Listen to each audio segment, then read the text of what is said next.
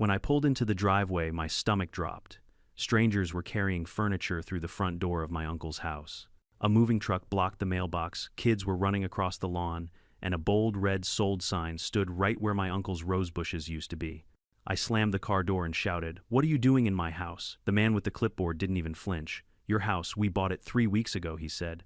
"Bought it? That was impossible. I never listed it. I never signed a single paper." Then she appeared, Addison Young, the HOA president, dressed in her trademark pastel suit and smug smile. She claimed she had authority to sell abandoned homes under HOA law. But there's one problem: my uncle's property was built in 1965, decades before her HOA ever existed. She thought I'd just walk away. She had no idea who she was dealing with, because buried in my uncle's old files were documents that would tear her empire apart. Before we dive in, comment your city and local time and hit subscribe, because this HOA story is about to get unbelievable. I still remember the smell of my uncle's house, pine wood floors, old books, and the faint aroma of pipe tobacco that somehow lingered even years after he quit smoking. My Uncle Raymond Brown wasn't just my uncle, he was my father in every way that mattered.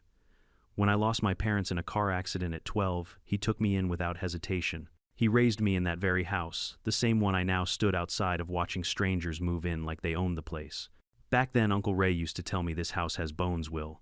Real homes are built to last, not like those cookie-cutter boxes the HOA loves so much." He said it with that half-smile of his, always halfway between humor and warning. At the time, I didn't understand what he meant. Now, standing in the chaos of a stolen home, I understood everything. Uncle Ray's property sat on a peaceful 3-acre corner lot, just outside of Maple Ridge.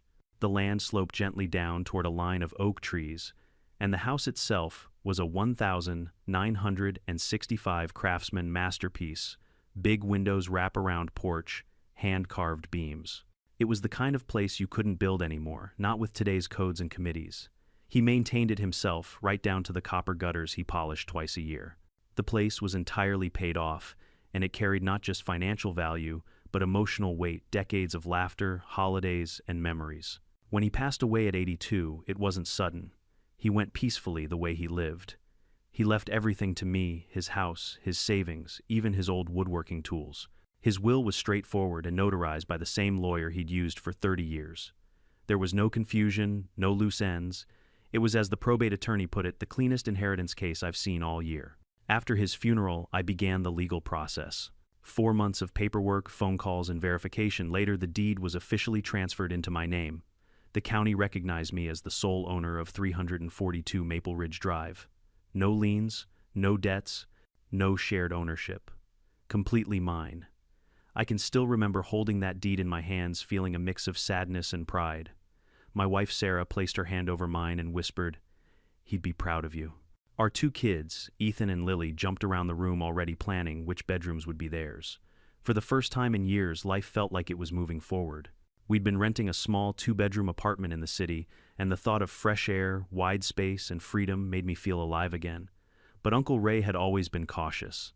A few weeks before his passing, he'd mentioned something odd to me during our last porch talk. "Will," he said quietly, "if you ever move in here, keep your guard up. There's a woman down the road runs the homeowners association, always trying to rope me in. Claims my land belongs under her rules. Don't believe a word of it." I'd laughed at the time, thinking it was just an old man's annoyance with bureaucrats. "Uncle Ray, you don't even live in their subdivision," he chuckled. "That's what I said. But they like to pretend otherwise. Watch out for her. She's the kind that smiles while she's sharpening the knife." I didn't realize then that he was talking about Addison Young. After the probate process ended, I did my due diligence. I reviewed every document Uncle Ray had filed. The original deed, dated July 1965, clearly stated that the property predated the Maple Ridge development by over 30 years. It was outside the HOA boundary lines, explicitly exempt from all covenants, conditions, and restrictions. He'd even filed an addendum in 1988, reaffirming that exemption when the Maple Ridge HOA tried to annex nearby properties. That meant one thing: my property was legally untouchable by any HOA. A few weeks before moving in, I drove down to the house to do a walkthrough. The lawn needed mowing, the porch light needed a new bulb, and there was some dust, but otherwise everything was perfect, exactly as Uncle Ray left it. I was standing by the mailbox when a silver SUV slowed down and parked beside me. A woman stepped out. Mid-50 seconds, blonde hair, pastel pink blazer, pearl necklace, every inch of her screamed suburban royalty. She smiled wide enough to make her teeth look rehearsed. "You must be the new owner," she said, walking straight up to me.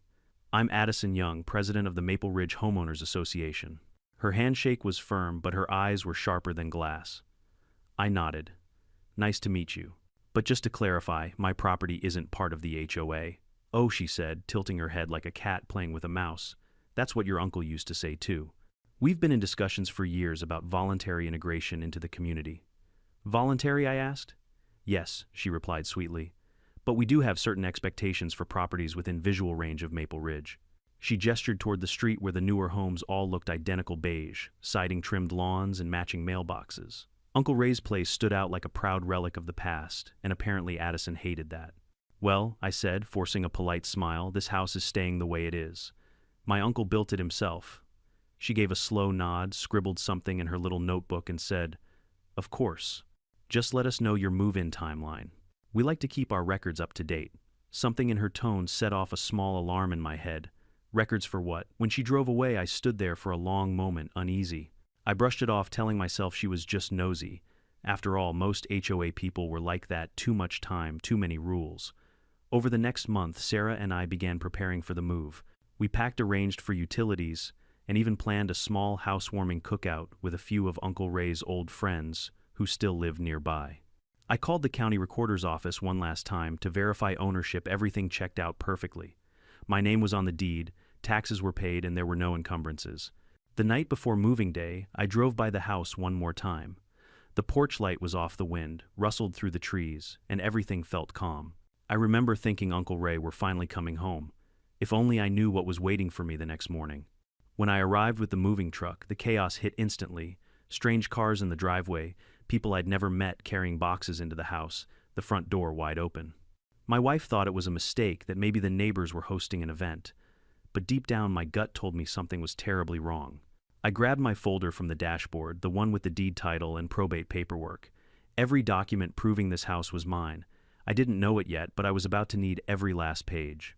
Because in less than 5 minutes, I'd come face to face with Addison Young again, only this time she wasn't smiling. She was standing in my doorway, clipboard in hand, acting like she owned the place. And that was the moment my quiet, ordinary life as a teacher turned into a war against the most dangerous kind of enemy, someone who believes rules don't apply to them.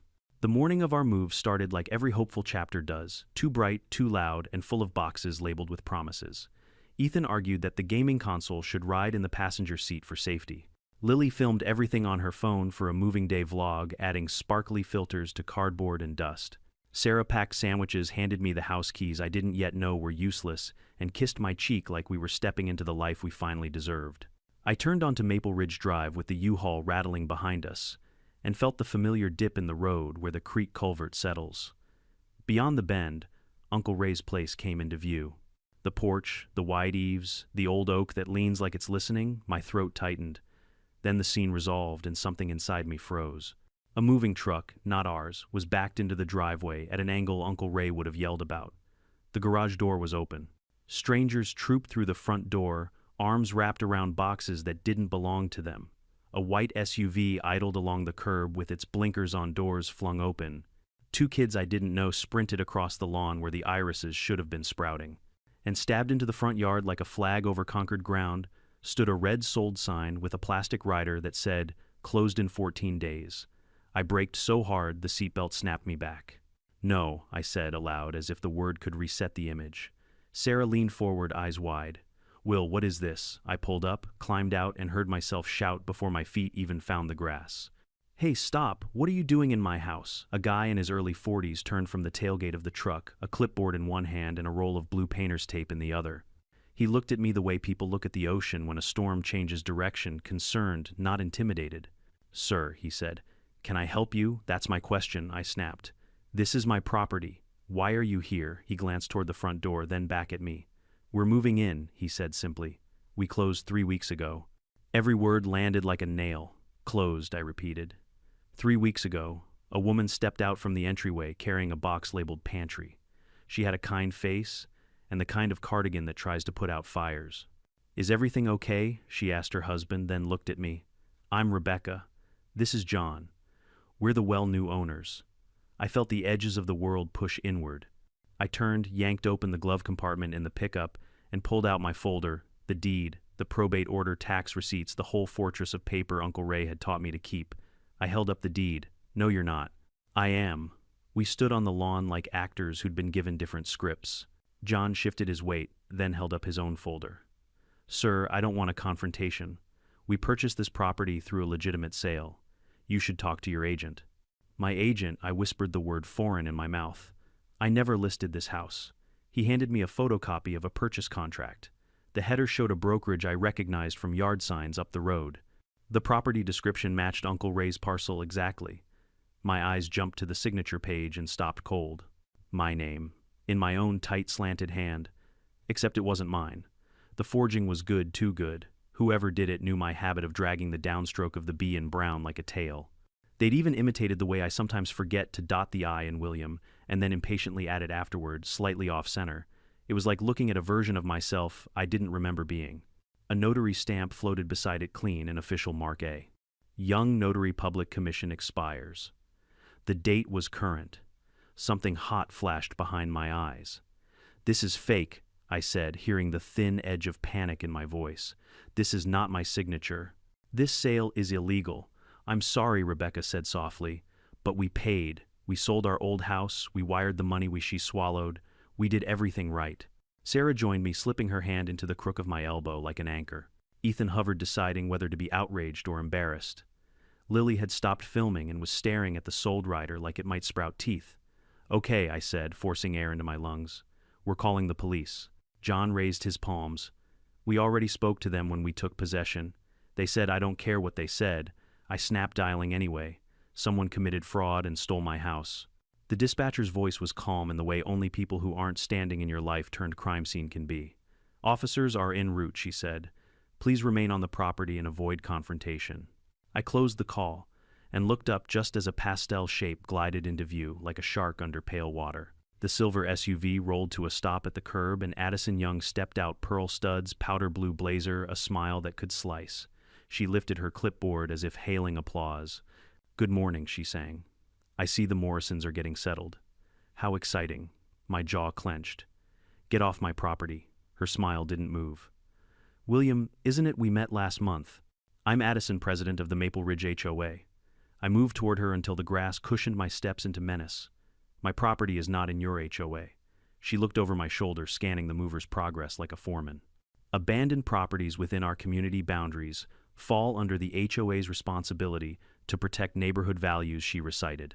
This home had accrued significant unpaid dues and violations, and the association took action after due process. I laughed, a brittle, unbelieving sound. What dues? This house predates your subdivision by decades. There is no covenant, no annexation, and no Mr. Brown, she interrupted, flipping a transparent sleeve back on her clipboard and sliding out a document. You'll find that your uncle voluntarily integrated the property in 2010. She held up a copy of a membership agreement, the Maple Ridge logo smudged in the corner like a thumbprint. Unfortunately, she continued, fees have gone unpaid for several years. The board voted to foreclose per our bylaws, and the home was sold to recoup losses. Foreclose, I stepped closer, my voice low. On a property that isn't yours, under covenants that never applied, signed by a dead man who never joined, using my forged signature. Her eyes sharpened to points. Be careful with your words. I choose them for a living, I said. I'm a teacher. Today's lesson is fraud. 2 patrol cars rolled up, lights pulsing without sirens. The officers stepped out, 2 men whose faces held that weary mix of authority and apology. We converged in the yard, me with my deed clutched like a shield, Addison with her clipboard like a baton, John and Rebecca with their lives folded into boxes behind them. All right, the older officer said. What's happening here? I presented my documents in a rush, probate order, deed, tax statements, the explicit line reading, not subject to HOA covenants. I pulled out Uncle Ray's 1,988 certified letter, refusing annexation, the green return receipt card stapled to it like a medal. This is my home, I finished, and someone forged a sale. Addison's voice turned honey thick. Officer, the HOA followed procedure. We posted notices, held hearings, he didn't respond. The property was in disrepair, a blight on the neighborhood. In disrepair, my laugh cracked. It's a 1,965 Craftsman, perfectly maintained. And even if it weren't, you have no authority here. John stepped in carefully. Officers, we acted in good faith. We paid the purchase price to the brokerage. We have title insurance, a recorded deed, everything checked out. The younger officer glanced between our papers like they were written in different alphabets. He lowered his voice. Listen, he said to me, I'm not saying nothing happened. But this is shaping up like a civil dispute. We can't evict anybody right now. You'll have to talk to an attorney, get an injunction. What about the forged signature, I asked. That's a crime. He tipped his head. Then file a report at the station and take it to the DA. Right now, we're not the ones to decide ownership. Sarah's grip on my arm strengthened. Ethan muttered. This is messed up. Lily whispered. Dad Addison exhaled, as if justice had stretched its legs, and sat obediently at her feet. There you have it, she said, slipping the plastic sleeve back over her fake agreement. We all want what's best for Maple Ridge. My recommendation is that you consult counsel. I looked at the porch, where I'd learned to sand wood, to balance checkbooks, to measure twice and cut once. I looked at the oak tree with the old tire scar in the bark, at the dark square on the lawn, where Uncle Ray's grill left a rectangle of summer. My vision steadied into a tunnel, and the person at the end of it was Addison Young. You picked the wrong house, I said quietly, and the wrong family. Her smile returned thinner. Everything in this subdivision belongs to the HOA, she said, with the certainty of a person who had never been meaningfully told no. Not this, I said. Not ever. The officers exchanged looks, took our statements, and left in a drift of blue reflections. The movers went back to carrying boxes, with the deliberate shame of people who do their jobs next to a moral explosion. John and Rebecca retreated to the doorway, talking in tight whispers. Sarah tugged me back toward the truck. Will, she said gently, we need to regroup.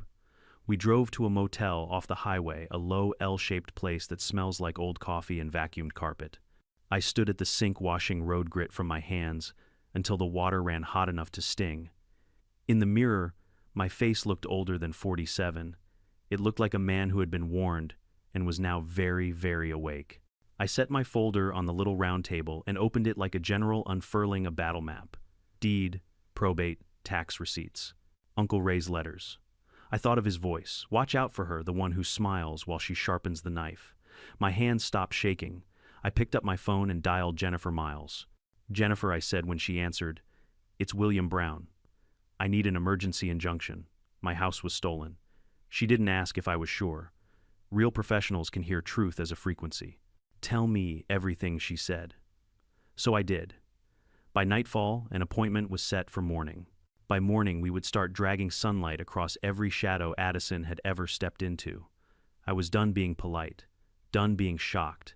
If Addison believed the rules didn't apply to her, I would introduce her to a set she couldn't ignore: evidence, statutes, and consequences. Out in the motel parking lot, a sodium lamp hummed. I called home to the past, to Uncle Ray's voice on a reel in my memory. Measure twice, Will. Cut once. I looked down at the forged curve of my name in that photocopied contract and decided where the cut would be. Straight through the lie. All the way to the bone. The next morning, I sat across from Jennifer Miles, a real estate attorney whose office smelled faintly of lemon cleaner and fury. Her hair was tied back, her glasses perched low, and the moment she saw the forged signature, she muttered, "Oh, they're good. Too good. This isn't a neighborhood squabble, Mr. Brown. This is criminal fraud." She pulled a yellow legal pad closer and began listing out steps faster than I could follow. First thing, we're filing an emergency injunction with the county court to freeze any transfer activity on the title. Next, we contact the recorder's office for the original deed log. And finally, we file a criminal complaint with the sheriff's department. I'll handle the civil side, you handle the paper trail. I nodded. Addison Young runs the Maple Ridge HOA. She claims the property was foreclosed for unpaid dues. Jennifer's pen froze mid-word. Foreclosed on a property that's not even part of their association. Exactly. She leaned back, eyes narrowing. Then it's worse than I thought. Their manufacturing authority. We spent the next 4 hours combing through documents. I provided copies of Uncle Ray's letters, the 1,965 deed, the 1,988 HOA rejection, and my probate records. Jennifer cross-referenced everything with the county's system. Then she looked up sharply. There it is, she said. Addison filed liens plural against your property last year. Claims for unpaid HOA fees dating back to 2010. I frowned. That's impossible. My uncle never joined. She fabricated the debt. The county system accepted the filings because they were notarized.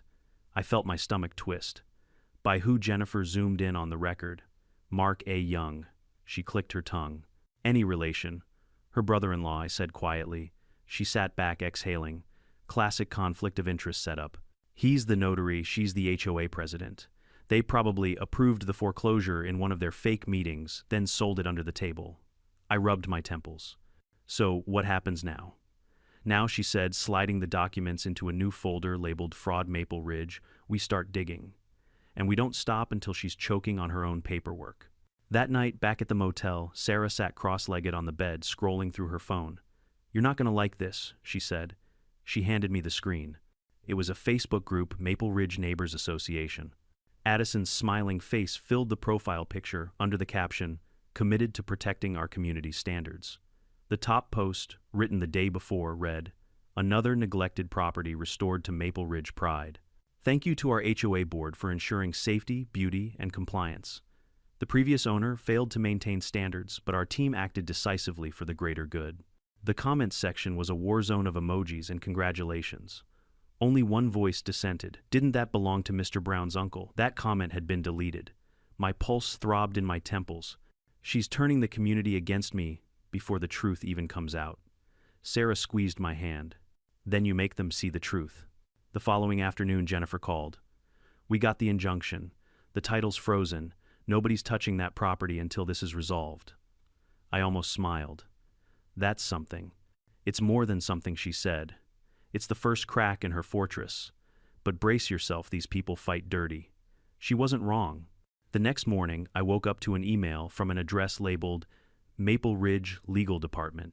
Notice of unpaid fees amount. Due $39,450, property 342 Maple Ridge Drive failure. To remit payment within 10 business days will result in legal escalation under HOA Code 7.3b. Jennifer laughed when I forwarded it. She's panicking. These aren't even real statutes. But the more we investigated, the uglier it became. Addison's HOA wasn't legally registered as a nonprofit corporation. Her bylaws were self-written, never filed with the state. In short, she was running a fake HOA out of her living room, and somehow people still paid her. We met with a local resident named Marilyn Cooper who'd lived there for 20 years. Over coffee, at a diner, she shook her head. Addison came in 6 years ago, all smiles, said she'd modernize the neighborhood. Next thing we knew, she was fining people for mailboxes and lawn colors. My husband called her a dictator once she fined us for verbal hostility. Another neighbor, Gary Turner, said Addison claimed to be annexing nearby homes. She sent letters to anyone within half a mile. Half of us ignored her, half were scared she'd sue. Jennifer jotted notes furiously. "We'll need statements from everyone she's intimidated." As we walked out, I noticed Marilyn's hand tremble when she passed me her receipt. "If you're really going after her," she said, "don't stop halfway. She ruins people." A week later, we found her weakest point. Jennifer had subpoenaed the records of the Morrison sale, the family who'd unknowingly bought my home. The sale price was $385,000. Of that, $50,000 had been wired to a personal account under AY Property Consulting LLC, a shell company Addison owned. The rest went to her husband, Robert Young, a real estate agent with Maple Ridge Realty. "So the whole family's in on it," I said, gripping the table edge. Jennifer nodded grimly. "It's a family business of fraud. The more we traced, the worse it got." She'd done this before twice. One victim was an elderly widow, Mrs. Linda Chen, who'd lost her fully paid-off home in 2022 under unpaid HOA assessments. The other was Sergeant Daniel Lewis, a Marine deployed overseas whose property was auctioned while he was serving. Both had complained. Both had been silenced. But not this time. Jennifer arranged a meeting with the real Maple Ridge HOA board, the legitimate one representing the original subdivision south of the creek. When we presented the evidence, the board members looked horrified. Their president, Carolyn Hale, said, "We never authorized any of this. Addison runs that breakaway group by herself. We've been trying to get her to stop using our name." That was the moment everything clicked. Addison wasn't even a real HOA president. She was an impersonator running an unregistered association under a stolen name, fabricating debts, forging liens, and flipping properties for profit. Jennifer tapped her pen on the table. "We have her. But I want her in handcuffs, not just in court." The next evening, I drove back to Maple Ridge, parking across from the property that was still technically mine. The porch light was on. Through the window, I saw the Morrisons eating dinner around a table that used to be Uncle Ray's. I didn't blame them. They were victims too. A shadow moved across the street. Addison, walking her tiny white dog, spotted me and stopped. Well, well, she said, that smug smile back in place.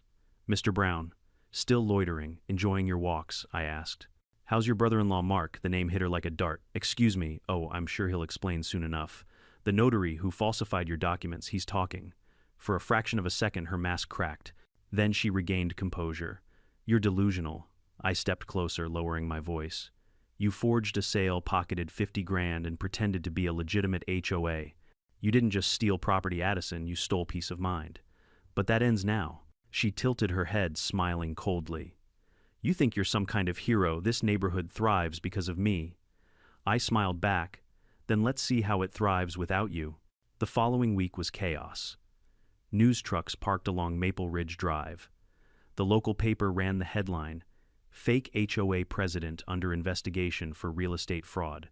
Reporters camped outside Addison's house. Residents gathered in small groups whispering. The facade was cracking and she knew it. That night she stormed into an emergency HOA meeting at the community center. Jennifer and I were already there, quietly sitting among the crowd. Addison took the floor, declaring, These lies are being spread by an angry man who doesn't understand the law. Everything I've done was legal and approved by this board. I stood.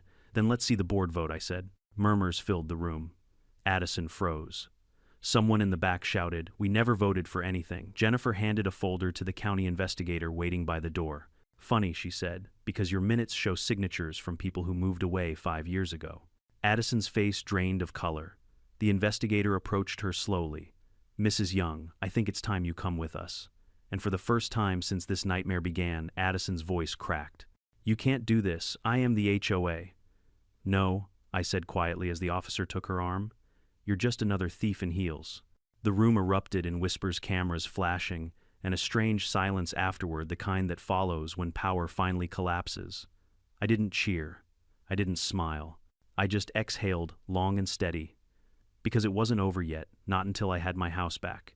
And now I had the evidence to take it all the way. The morning after Addison's arrest, I woke up to 27 missed calls. Neighbors, reporters, even the Morrisons, everyone wanted to know what would happen next. I didn't have answers yet. All I had were boxes of documents, 2 cups of cold motel coffee, and a burning determination not to let her slip through the cracks like so many before her. Jennifer called at 7:30 sharp. William, get dressed. We're going to the courthouse. She wasn't one for small talk. By the time we reached the county clerk's office, she'd already filed motions to preserve evidence from Addison's seized property. The key, she said, slamming her coffee down, is the money trail. If we can prove she profited personally from every sale, she won't just lose her HOA, she'll lose her freedom. And she was right. Addison's crimes weren't about bylaws or neighborhood disputes. They were about greed wrapped in paperwork.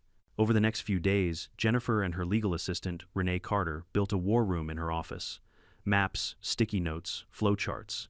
Addison's name was in the center of it all, circled in red. From that circle branched a tangled web of names. Mark Young, notary; Robert Young, realtor husband; AY, property consulting, LLC, Maple Ridge Realty; and finally the victims. We started with Mrs. Linda Chen, a 74-year-old widow who had lost her home in 2022. She invited us into her tiny apartment, serving tea in mismatched cups. Her eyes were weary but steady. She said my husband had signed something years ago, Mrs. Chen recalled, that our property was under her jurisdiction. When I refused to pay her fake fines, she filed a lien. I didn't understand what was happening until it was too late. Jennifer asked, Did you get any notice of foreclosure? Oh yes, Mrs. Chen said bitterly. From a company I'd never heard of, AY Property Consulting. The next week, a for sale sign appeared on my lawn. Her voice cracked. That was the house my husband built with his own hands. I felt my throat tighten. Jennifer's hand paused over her notepad for a second, just enough to show it got to her too. Victim #2 was Sergeant Daniel Lewis, an active-duty Marine who'd returned from deployment to find strangers in his living room. We met him in uniform outside the courthouse. She sold my house while I was serving overseas, he said. Filed a fake HOA lien, declared me delinquent, then auctioned the property for pennies. I had power of attorney through my sister, but Addison told her it was invalid. His jaw tightened. I fought for my country, and this woman stole my home. You tell me how that makes sense. Jennifer nodded. It doesn't, but it's about to. Over the next week, we collected statements from 9 residents, all with eerily similar stories. Each had received threatening HOA letters. Each had been fined for absurd violations, and each had eventually been harassed into compliance or lost property outright. Then the breakthrough came from an unlikely source, Mark Young Addison's own brother-in-law. Jennifer received a call from his lawyer late one night. He wants to talk, she told me. He's scared. We met him in a small conference room at the district attorney's office. Mark was pale, trembling, his hands never still. I didn't know how deep it would go, he said, voice shaking. She said it was just paper cleanup, helping her fix old title records. Then one day she handed me forged signatures and told me to stamp them. I refused at first, but he stopped staring at the table. She threatened to tell everyone I'd falsified documents for years, which I hadn't, not until her. Jennifer leaned forward. So you notarized fake deeds, fake membership forms, and fake meeting minutes under her direction? Yes, he whispered. She had me notarize a dead man's signature, your uncle's. I told her it was insane. She said, the dead can't argue. The room went silent. Jennifer exchanged a look with the DA. If you cooperate, Mark, she said, we can recommend leniency. But you'll need to testify. He nodded, tears streaking down his face. I'll do whatever it takes. She ruined my life too. That was the day the case shifted from civil to criminal. While Jennifer prepared filings, the media lit up. Local headlines screamed HOA president accused of real estate fraud scheme. Maple Ridge residents outraged after fake liens exposed. Neighbors who once defended Addison now turned against her. The pressure mounted. Her once perfect suburban image cracked under the weight of truth. Then, out of nowhere, Addison resurfaced, not in person but through a press statement. It read, "These accusations are politically motivated lies orchestrated by disgruntled individuals. Every action taken under my leadership was legal and approved by our board, except there was no board. There was only Addison. Still, she wasn't done fighting. 2 days later, she filed a counterclaim against me for defamation and interference with HOA operations." Jennifer smirked when she read it. Good. That means she's panicking. You don't countersue when you're innocent, you countersue when you're cornered. But Addison wasn't the only one losing ground. Robert Young, her husband, quietly vanished from the public eye. Jennifer's investigator, Tom Redding, tracked him to a rental property in a neighboring county. When confronted, Robert cracked under pressure. I didn't know what she was doing at first, he claimed. She told me it was all legitimate. But when I saw the wire transfers, I knew. Where's the money now? Jennifer asked. He looked down. Gone. Cars, jewelry, vacations. She burned through it all. We subpoenaed bank records. They painted a staggering picture over $340, 0 inches fraudulent proceeds laundered through shell accounts over 3 years. Each deposit matched a sale Addison orchestrated, all under her HOA's non-existent authority. That's when the FBI stepped in. They'd been quietly monitoring a string of similar frauds across the state. Ours fit the pattern perfectly. Agent Rebecca Nolan, a woman with the composure of a loaded gun, arrived at Jennifer's office carrying a black briefcase. She flipped it open to reveal photos, charts, and emails. Addison Young, she said, has been under low-level observation for 18 months. We suspected she was misusing HOA authority, but this, she gestured to my evidence, ties her to federal wire fraud. That's prison time. For the first time in months, I felt hope rise like sunlight breaking through storm clouds. Still, I couldn't shake one thing, the Morrisons. They were good people who'd lost everything, trying to start a life in what they thought was a safe neighborhood. When I visited them, John answered the door looking exhausted. "Mr. Brown," he said, "we saw the news. We're so sorry for what happened. I'm not here to blame you," I told him. "You're victims too." Rebecca came to the door. "We used our savings," she said quietly. "Our kids love this house, but if it's really yours..." "It is," I said gently. "But I promise I'll help you. You'll get your money back." She blinked back tears. "Thank you." That night, I sat in the motel parking lot, watching the lights of Maple Ridge flicker in the distance.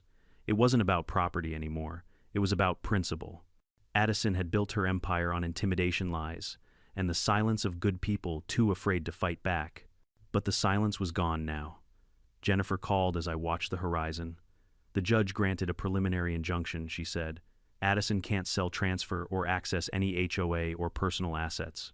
And the FBI just froze her accounts. I smiled for the first time in weeks. So it's finally turning. "Oh, it's more than turning," she said. "It's collapsing." The next morning, the local news ran footage of Addison's meltdown. She'd confronted reporters outside her home screaming about conspiracies and betrayal. "I built this community," she shouted, her voice cracking as cameras flashed. "They should thank me." By noon, the police were back at her door with a new warrant, this time for embezzlement. As they led her away, neighbors lined the sidewalk. Some whispered, Some filmed. Most just stood in stunned silence.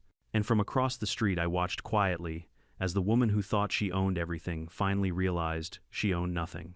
For the first time in months, the weight in my chest lifted. We weren't done yet, the criminal case was just beginning, but the tide had turned for good. And Addison Young was about to find out what happens when you build an empire on forged signatures and other people's pain. The arrest didn't end things, it just changed the battlefield.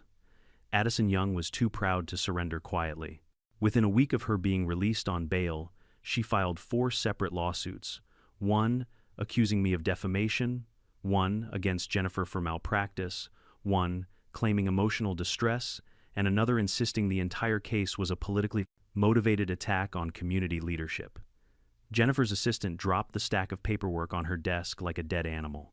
"She's suing everyone with a pulse," Renee said. Jennifer barely looked up. "That's fine. You can't scare someone who already lives in courtrooms." But while Addison tried to weaponize paperwork, law enforcement was assembling an arsenal of evidence. The FBI's Financial Crimes Division officially opened a case.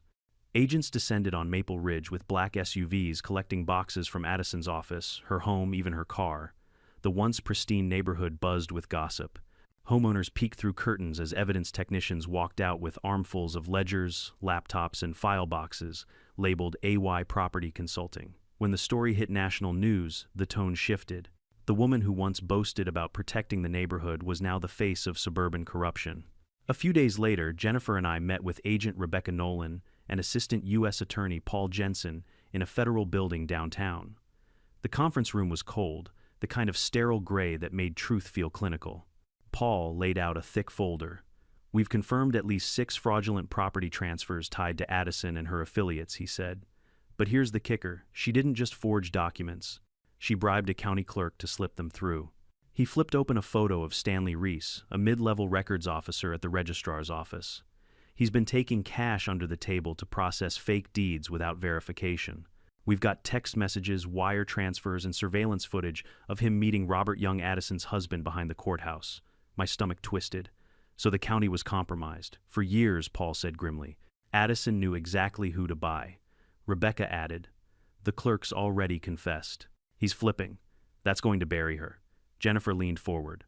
"So what's next? We're charging her with real estate fraud, wire fraud, forgery, conspiracy, and racketeering," Rebecca said. "That's federal prison time, 15 to 25 years if convicted." I let out a slow breath. Good. She deserves every second. But Addison wasn't going down without one last act of chaos. 3 days later, she vanished. Her attorney claimed she was on medical leave, but when investigators visited her house, they found suitcases missing, closets stripped, and her dog left behind. The news spread like wildfire. HOA fraud suspect flees town. Agent Nolan called me personally. "We're tracking her credit cards and license plate. She won't get far." And she didn't. 2 days later, TSA flagged her at the Denver International Airport attempting to board a flight to the Bahamas under her maiden name. She had $120 0 inches cash hidden in her luggage and 3 passports, hers, her husband's, and her daughter's. When federal agents surrounded her at the gate, she screamed at the cameras, "I'm the victim here, this is harassment." That video went viral overnight. The internet dubbed her the HOA Queen Gone Rogue. Memes flooded social media. Addison in a pink suit holding a for sale sign that read, "Yours, whether you like it or not." But behind the humor, real damage lingered. The next few weeks were a blur of hearings and discovery sessions. Jennifer worked non-stop, her office lights burning past midnight. She called it the most audacious HOA fraud case in the state's history. And then came another shock. The legitimate Maple Ridge HOA board, the one Addison had impersonated, filed bankruptcy. Every dollar of their account had been drained. Addison had used the real HOA's tax ID to open new bank accounts, funneled dues into her private accounts, and paid for her lavish life and $800 000 house, luxury cars, and designer clothes. She embezzled from everyone, Jennifer said, flipping through the accountant's report. Even her friends, even the people who defended her. The court granted restitution orders to all victims. But recovering the money was another story. Most of it was gone, spent hidden or laundered. I wasn't surprised. Addison never built anything. She just consumed. Meanwhile, her husband Robert Young had finally broken. He filed for divorce and immediately reached out to federal prosecutors offering full cooperation in exchange for immunity. In his sworn statement, he detailed everything: the fake shell companies, the staged meetings, even how Addison dictated emails for him to send to homeowners demanding payment. She called herself a visionary, he said on record. But she was just a thief in a business suit. During that time, the Morrison family, the couple who had unknowingly bought my house, faced their own nightmare. Their names were on a fraudulent deed, meaning they couldn't legally stay, but they'd also lost their savings. When I met John and Rebecca outside the courthouse, they looked defeated. "She ruined us," John said quietly. "We did everything right, and we still lost everything." I told him what I'd been thinking for weeks. "You won't lose everything. When this is over, I'll help you. We'll make it right." They stared at me stunned.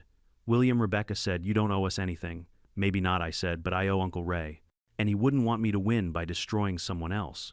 Jennifer smiled when I told her my plan later. "You have more decency than most people in this business," she said. Addison underestimated that. The criminal case accelerated like a train with no brakes. Every day brought new revelations: bank transfers, fake invoices, even an email Addison sent to Mark that read, "If they're too stupid to read the fine print that's on them." The public outrage was explosive. Former HOA members held community meetings demanding reform. Homeowners across the state shared horror stories of abusive HOAs. Legislators took notice.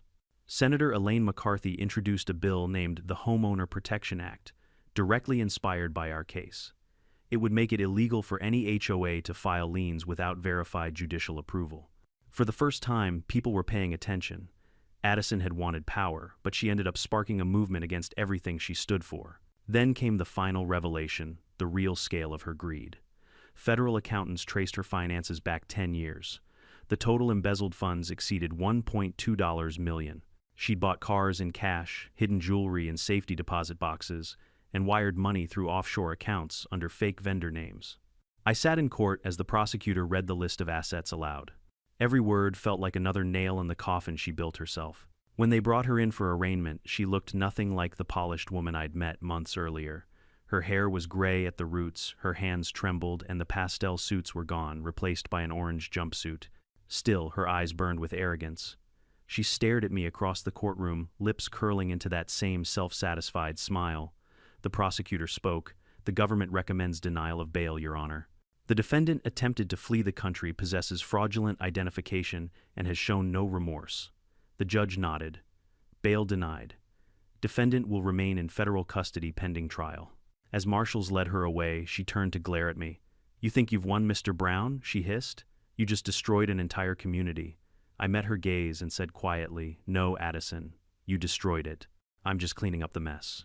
Outside, the air felt different, lighter somehow. Neighbors who once avoided me now nodded in quiet respect. Reporters shouted questions as Jennifer guided me through the crowd. "What happens next?" one of them asked. Jennifer glanced back with the faintest smile. "Next," she said, "we go to trial." That night, I stood outside the motel and looked toward Maple Ridge, where the porch lights of my uncle's old home glowed faintly in the distance. For months, I'd been chasing justice. Now it was finally catching up. But deep down, I knew the road wasn't over. Addison Young still had her day in court, and I planned to be there front row when the gavel dropped. Because this wasn't just about a house anymore. It was about principle, legacy, and proving that no one, not even a self-proclaimed queen of the HOA, is above the law. The morning of Addison Young's trial felt surreal. After nearly a year of depositions, subpoenas, and sleepless nights, everything came down to this. I stood on the courthouse steps, staring at the tall glass doors, the reflection of my own face flickering between nerves and grim satisfaction. It was strange seeing so many cameras lined up outside. The media had dubbed the case the HOA Empire fraud trial. Reporters whispered like it was a celebrity scandal. For once, it wasn't about gossip or pettiness, it was about justice. Inside the courtroom buzzed with anticipation. Victims filled every row: retirees, veterans, young families, each of them carrying years of exhaustion and resentment.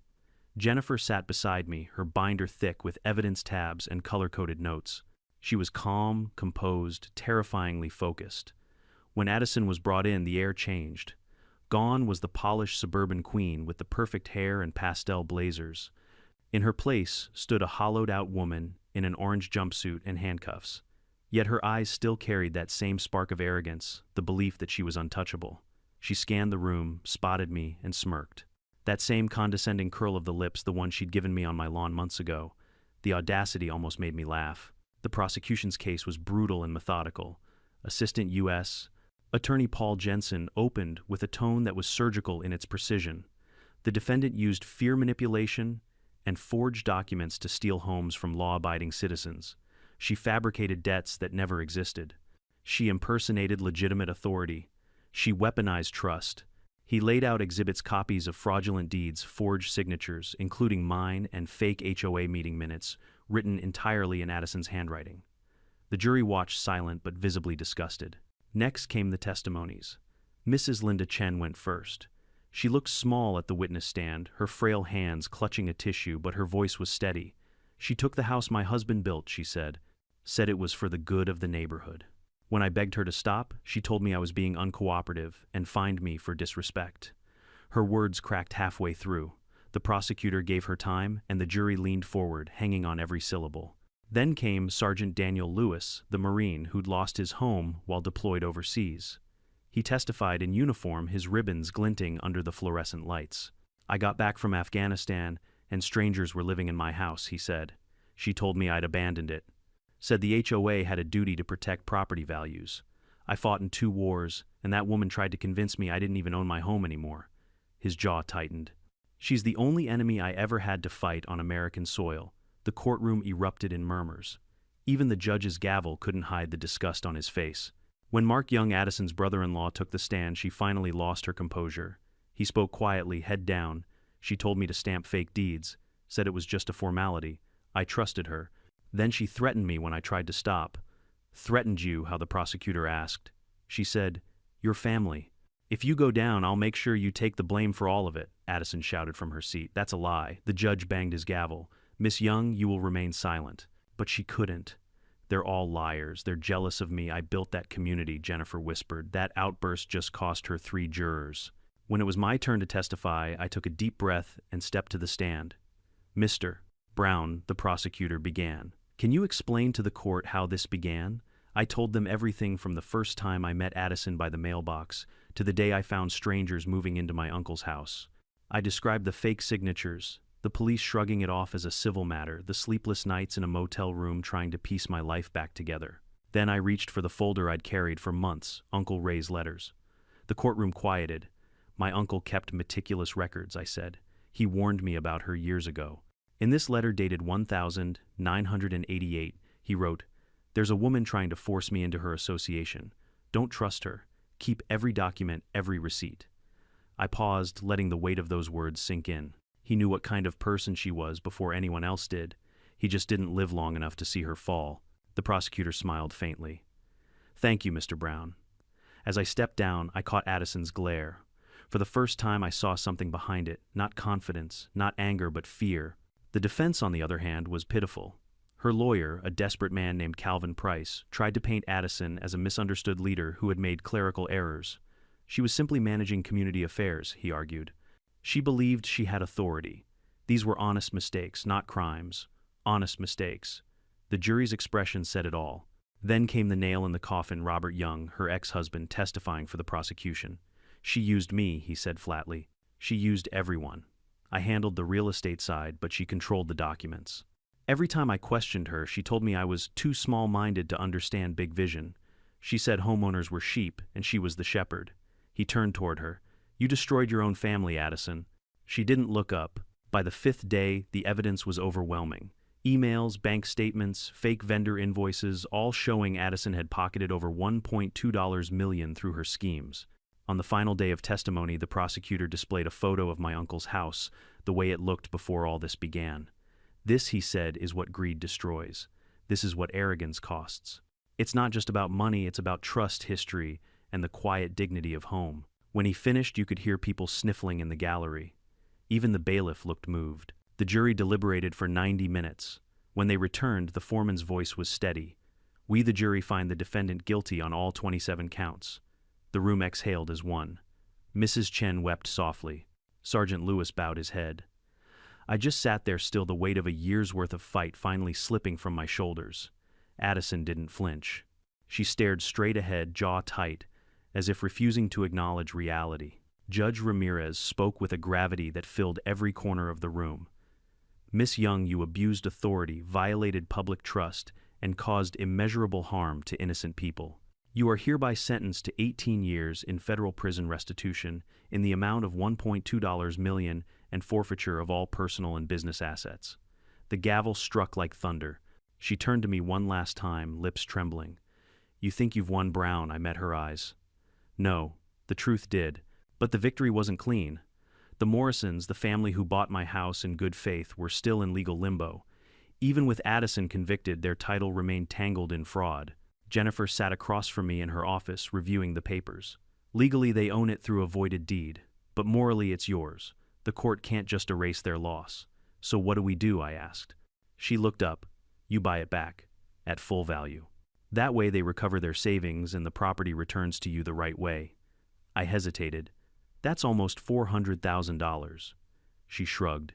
You'll get restitution from the case. And you'll sleep at night. She was right. A month later, I met the Morrisons in a quiet notary office downtown. We signed the papers, exchanged handshakes, and Rebecca cried when I handed her the check. You didn't have to do this, she whispered. I did, I said, because that house was never about money. The restitution fund was divided among the victims. Mrs. Chen used hers to move into a smaller home near her daughter. Sergeant Lewis bought back his property from foreclosure, the government covering his legal fees. As for Addison, she was transferred to FMC Carswell, a federal prison for white-collar offenders in Texas. Word spread that she spent her days working laundry duty far from her marble countertops and HOA clipboards. Justice had arrived, maybe not perfect, but real. Still, when I stood outside Uncle Ray's restored house months later, the wind carrying the smell of pine wood and soil, I realized something deeper. No victory could undo the damage she'd caused. But it could make sure no one else would ever suffer from her lies again. And that, I decided, was enough. 6 months after Addison Young's sentencing, the house on Maple Ridge finally felt like mine again. Not because the papers said so, not because the courts ruled in my favor, but because I could breathe inside it without feeling invaded. The day I moved back in, the first thing I noticed was the silence. No movers, no police, no arguments echoing through the walls. Just the creak of the old floorboards and the faint scent of pine sap that had somehow survived every storm. Sarah stood in the doorway with a smile that could rebuild cities. You sure you're ready for this? She asked. I was born ready, I said, though my voice cracked a little. I placed my hand against the wooden doorframe Uncle Ray built himself and whispered, We're home, old man. We spent the next few weeks restoring everything Addison had tried to erase. I repainted the porch railing the same dark oak stain. Uncle Ray repaired the creaky steps, and reinstalled the weather vane that had been tossed aside during her so-called renovation phase. Ethan helped patch up the garage, while Lily planted new irises along the front walk, bright purple just like the ones Addison had trampled under her fake for sale sign. Every nail I hammered felt like closure. Every brush stroke felt like defiance. But the house wasn't the only thing changing. The neighborhood itself was unrecognizable. The real Maple Ridge HOA had dissolved entirely and reformed, under new leadership, honest, transparent people who actually served the residents instead of controlling them. They held open meetings, published financial statements, and even invited me to speak at one of their first gatherings. At first I hesitated. Standing in front of 50 people in the same community where I'd been humiliated didn't sound appealing. But Jennifer convinced me. You're not speaking as a victim, she said. You're speaking as the guy who exposed the system, the one who didn't back down. So I went. When I stood before that crowd in the newly repainted community center, I saw familiar faces, people who had once looked away, unsure of what to believe. Now they watched me with something new in their eyes, respect. I'm not here to talk about revenge, I began. I'm here to talk about accountability. I told them about Uncle Ray, how he'd spent his life keeping records because he understood something most people didn't: paper is power. I explained how Addison manipulated that power, how easily people fall for confidence when it wears a smile. I told them that silence is what feeds corruption, not malice, not greed, just silence. When I finished, they stood up and clapped. Not out of pity, but solidarity. It was the first time I felt peace since this nightmare began. Soon after, the state legislature passed what the news called the Homeowner Protection Act, nicknamed informally by local reporters as Raymond's Law. It required all HOAs in the state to register annually with proof of bylaws, board elections, and independent financial audits. It also prohibited any HOA from filing liens or foreclosures without direct judicial review. Jennifer texted me a photo of the governor signing it. Your uncle just changed state law, she wrote. I laughed, though it came out watery. Uncle Ray would have grinned at that. Probably made a joke about finally beating bureaucracy with bureaucracy. Life moved forward slowly. but beautifully. The Morrison family, whose nightmare began in my driveway, found a new home a few miles away. John opened a small hardware store. He said he wanted to sell honest nails for once, and Rebecca started volunteering at the local food bank. They visited often, bringing cookies and stories about how their kids were settling into school. We became friends, not bound by guilt anymore, but by shared survival. Mrs. Chen sent me a letter one spring morning written in delicate cursive. I walk past my new garden every day and think of the people who fought for me. I hope your home brings you peace. You brought it back to all of us. Sergeant Lewis called too. Got my place back, he said. Even painted the porch red. My wife hates it, but after what happened, I'm painting it however I damn please. We laughed like old friends. Addison, on the other hand, faded into obscurity. Now and then, Jennifer forwarded updates from federal records. Addison had been transferred to a minimum security prison in Texas, where she worked laundry duty and attended court-ordered therapy sessions. Her divorce from Robert finalized quietly. Her children refused to visit. Her assets were long gone, liquidated, seized, repurposed into restitution funds that rebuilt lives she'd broken. The woman who once demanded to be admired now folded bedsheets for 12 cents an hour. Some nights I wondered if she'd learned anything. Probably not. People like Addison don't learn. They rationalize. But that was no longer my concern. It was early summer when the last loose thread of the story tied itself off. While clearing out Uncle Ray's attic, I discovered a small tin box wedged behind a beam. Inside were old receipts, postcards, and a neatly folded letter addressed to me dated July 2017, a year before his death. The letter began, "Will, if you're reading this, it means the house is yours now. You've probably already met that woman down the street, Addison something. She's been trying to rope me into her little empire for years. She's clever, but she's careless. Keep records, keep copies, and never let anyone tell you what belongs to you. And if she ever comes after this land, don't fight angry, fight smart." I read that line 3 times. Fight smart. Uncle Ray had always been practical like that. No revenge, no shouting, just precision. It was his quiet kind of wisdom that got me through this entire mess. I placed the letter back in its envelope and sealed the box again, this time setting it in the study right beside his framed photo. I whispered, "You called it, old man. You saw it coming." By the time fall arrived, the house had fully come alive again. The wooden floors gleamed, the air smelled of cinnamon and varnish. Sarah hung family photos along the hallway, the 4 of us on the porch, Uncle Ray smiling from the old frame beside them. One evening I stood outside watching the sunset stretch across the lawn. The neighborhood was quiet, no HOA patrols, no gossip, no clipboard wars, just the hum of sprinklers and the rustle of leaves. Ethan came up beside me now, tall enough to rest his chin on my shoulder. "Dad," he said, "are we staying here for good this time?" I smiled. "Yes, son, for good." He nodded, satisfied. Grandpa Ray would have liked that. I looked at him, the glow of the setting sun catching in his eyes, and felt something unshakable settle inside me, peace. In the months that followed, Jennifer and I worked together on homeowner education workshops across the state. We taught people how to read deeds, verify HOA legitimacy, and spot scams. What started as vengeance had become something bigger: prevention. People stopped me in grocery stores, at gas stations, at town halls. They didn't call me the guy who sued the HOA. They called me the guy who fought back. I didn't do it for fame or validation. I did it because Uncle Ray taught me that homes aren't just property, they're stories carved into wood and earth, the echo of the people who built them. The night before Christmas, Sarah and I stood on the porch under strings of golden lights. Snow dusted the roof, and the air smelled like pine and wood smoke. Across the street, the new HOA board president waved carrying a casserole dish. The community finally felt like what it was supposed to be: neighbors, not overseers. As the first snowflakes drifted down, I whispered, "We made it, Ray.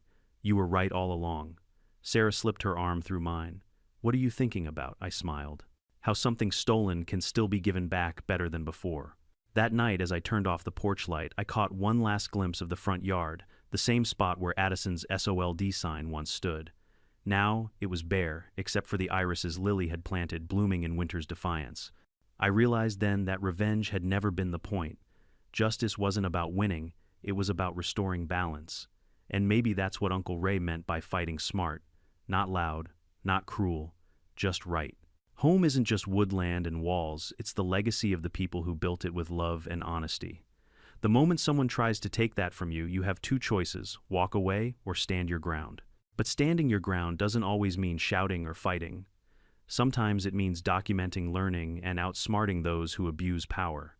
Addison's story isn't rare. There are people like her in every system hiding behind authority to feed on fear. But the truth is louder than intimidation when you refuse to stay silent. My uncle's wisdom saved me. His record-keeping, his patience, his belief that the pen is mightier than the rulebook turned out to be prophetic. So if you're watching this and facing your own HOA nightmare, remember this fight: smart, not angry. Protect what's yours, honor those who came before, and never underestimate the power of one person standing up to corruption. Have you ever dealt with an HOA that went too far? Tell me in the comments below, and don't forget to subscribe for more real stories where truth, justice, and karma all come full circle.